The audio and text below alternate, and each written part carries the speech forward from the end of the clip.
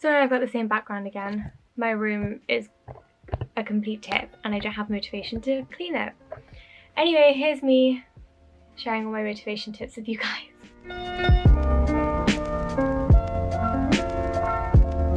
Hi guys, welcome back to my channel. So today is New Year's Eve. I'm hoping I get this video out by the end of today because I want you guys to see it before 2021, and I thought it'd be smart to do this video because a lot of people use the New Year's as like a reset button or like a thing to push them to go do all the things they want to do, make their life better, make their life more productive and effective and da-da-da-da-da. I thought it'd be quite useful to give you guys a video where I sum up all of my tips I have for staying motivated. I'm definitely not motivated all the time, definitely not, but recently for the past few weeks I've kind of been on a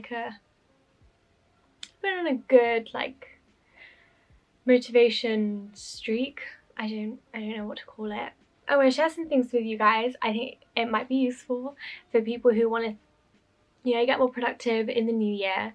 I want to make this intro really short because everybody in my house is making so much noise. It's taking forever to do this. So the first tip I actually have from my cousin Kai. The way that he stays motivated is he thinks about how much more time he'll have to chill afterwards, and that's what motivates him to do his work. It doesn't necessarily have to be chilling. You might have other things you want to get done that day. Maybe you want to clean the house or go get your car washed or watch a movie or something. Just think about how much more time you'll have to do all those things if you get this work done that you have done quicker. I didn't say that properly, I don't think. It's a really good tip. It doesn't work for everybody. Obviously, all these tips aren't going to work perfectly for every single person, but just pick and choose the things that you like and the things you're going to work and just try it out because you don't know what's going to work. Thank you, Kai, for that tip. It's very, very clever one. Okay, next tip. So I know that when I don't get my work done, I feel absolutely horrible about myself. I just feel so, it's a really horrible feeling. So I like to remember that feeling and use it to motivate me because I know how horrible I'll feel if that work doesn't get done. It's kind of like a depressing way to be motivated by like reliving negative emotions, but it works, so anything to get my work done, right? This is probably my biggest tip. I absolutely love doing this for everything, regardless of whether it makes me more motivated or not. But planning out things, best thing ever. Over these past few weeks, I've been planning out my days like by the half an hour, which sounds really extreme and it kind of is, but that's really, really helped me to just make sure that like it gives me that peace of mind that everything I need to get done has been allocated a time, so I don't have to stress about anything that's left over as long as I follow my plan. And obviously you put in contingencies and like an extra hour here for anything you didn't finish, or like you know that this might not take as long as you put it down for, but you can use that extra time to chill, do something else. Like when I say I've planned it by the half hour, I haven't done it super like I've left gaps, I've left things. During the Christmas holidays I've only been working till 1 anyway, so it's not like my entire day. It's just like from when I wake up to 1. Planning things out is just, it gives you so much more clarity in your mind. It makes you, yes, it can stress you out because you realise how much you have to do, but it's a lot better than having it all floating around in your head. If you just write it down, you don't even have to plan it out. Write down everything you need to do. Make a to-do list or something. It's one of the best things you can do to make sure you get all your work done and also feel motivated because you have like a more clearer sense of purpose. You know exactly what you need to do when you need to do it. That is tip number 3. So my next tip is more of a long-term way to keep yourself motivated if you have like a big project or something that's going to take a while. What I like to do when I have something that's quite big is envision what the end is going to be like what will my finished result be, what is my aim, and use that to motivate you to finish the work, because big projects can be really, really daunting. Don't know where to start, or it just feels like there's so much work to do. Again, that's when the planning thing sort of comes in, because you break it up into bits that you know you're going to be able to do. But for big things, you know, write down what it is you want to get out of it, or make a vision board. Oh, I'm gonna go get my vision board to show you guys. So this isn't for any specific project, it's more just for my life. And I made this like 3 years ago, so it's a bit outdated. But this is my vision board. It's stuck in my cupboard, like behind one of my doors. So I have things about everything here. You can see an A+, because I want to do well in my studies. I've got Vogue and some sunglasses, which I think is me wanting to go into fashion, which what I want to do is constantly changing, so not all of this applies to me now.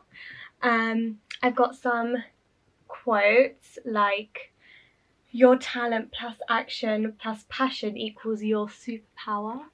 I've got some people who inspire me. There would be a lot more people here, and some people wouldn't be here anymore.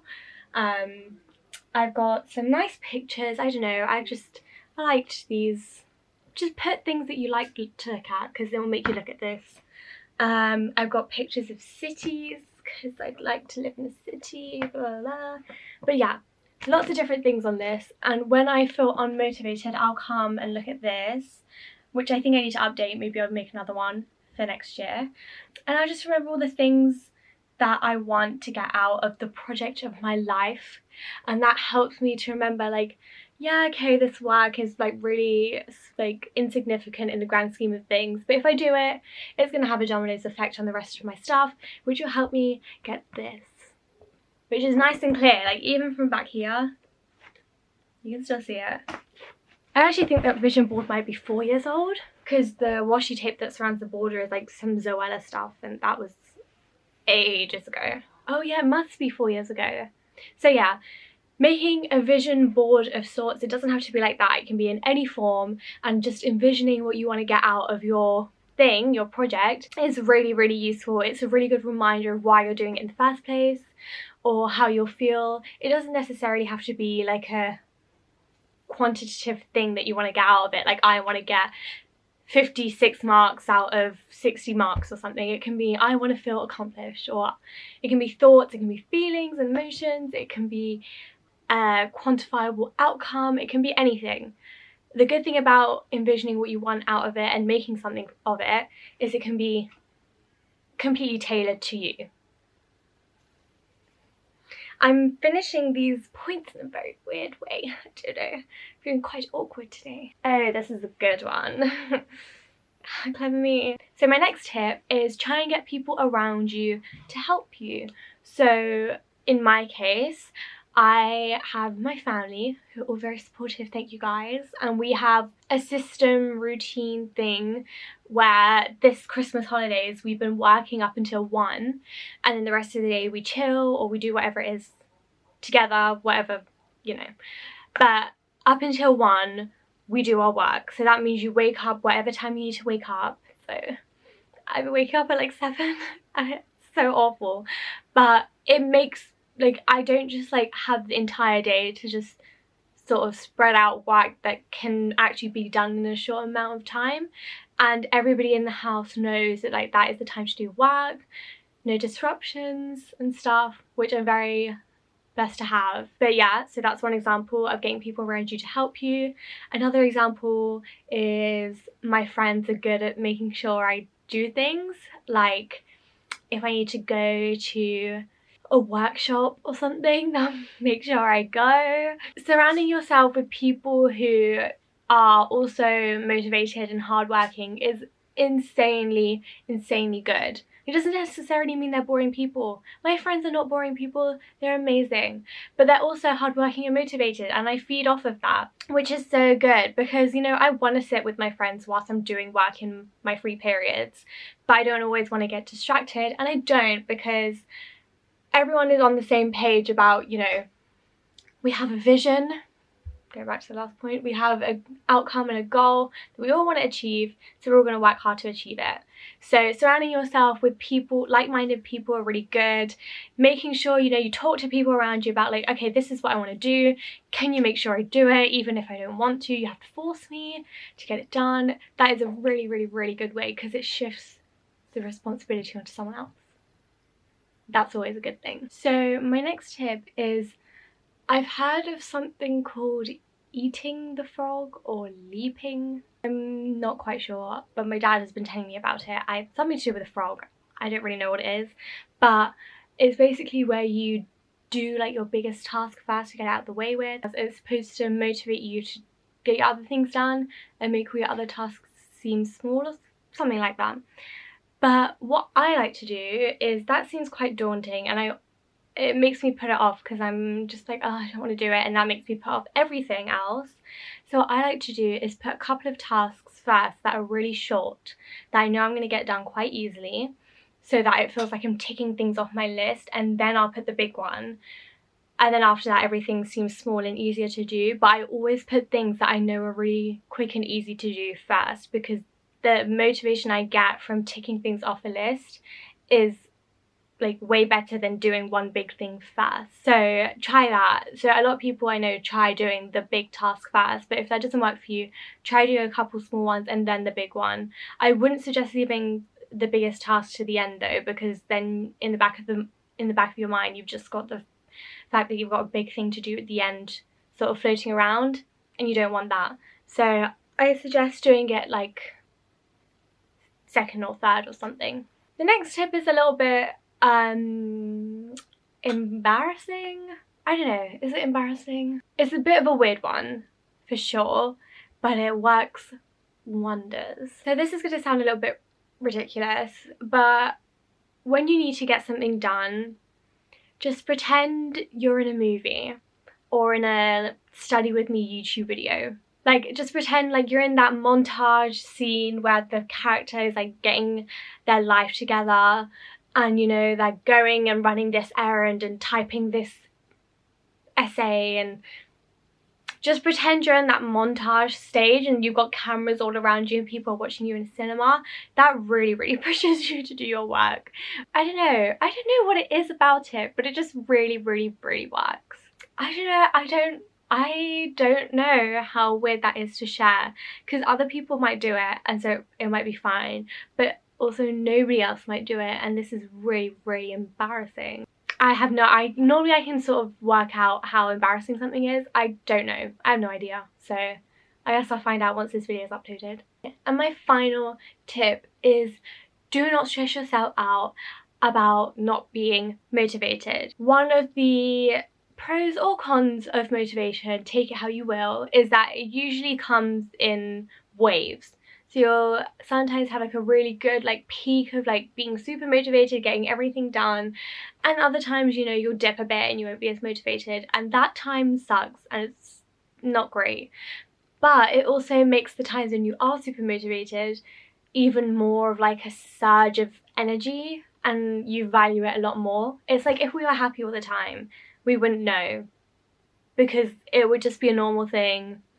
Ugh, okay, I'm happy. But because we're sad sometimes, it makes being happy even more happier. So in a way, you kind of need to have those lulls in motivation to make you even more motivated when you do get motivation, if that makes any sense at all. But yeah, if you stress yourself out over being unmotivated, that's not gonna motivate you. When I'm unmotivated and I know I have to be, like I don't have a choice other than to be motivated, I'll make a plan, or I'll envision what my life will be like or what my emotions will be like when I get my work done, and I'll use the previous tips to help me get into, even if it's a short-term burst of motivation, enough motivation to get me to do what I need to get done. But don't stress yourself out over it, just do something about it. I know that's a lot easier said than done, but it can be really, really small. Even just getting something tiny done can help you. But don't beat yourself up over it. Sometimes, you know, you're just not going to be motivated and you're just not going to get things done. And that is okay. And not everyone can be productive 24/7, even though society wants us to be. But we can't. that is okay. So I don't know if this video made any sense because I feel like I'm not talking properly. Something is wrong, something's off, but I hope you guys enjoyed this and I hope some of you found this useful. Happy New Year, you guys. I hope that next year will be a bit better than this year, and if it's not, yeah, on that joyous note, I'll see you guys in the next video. Bye! Mwah.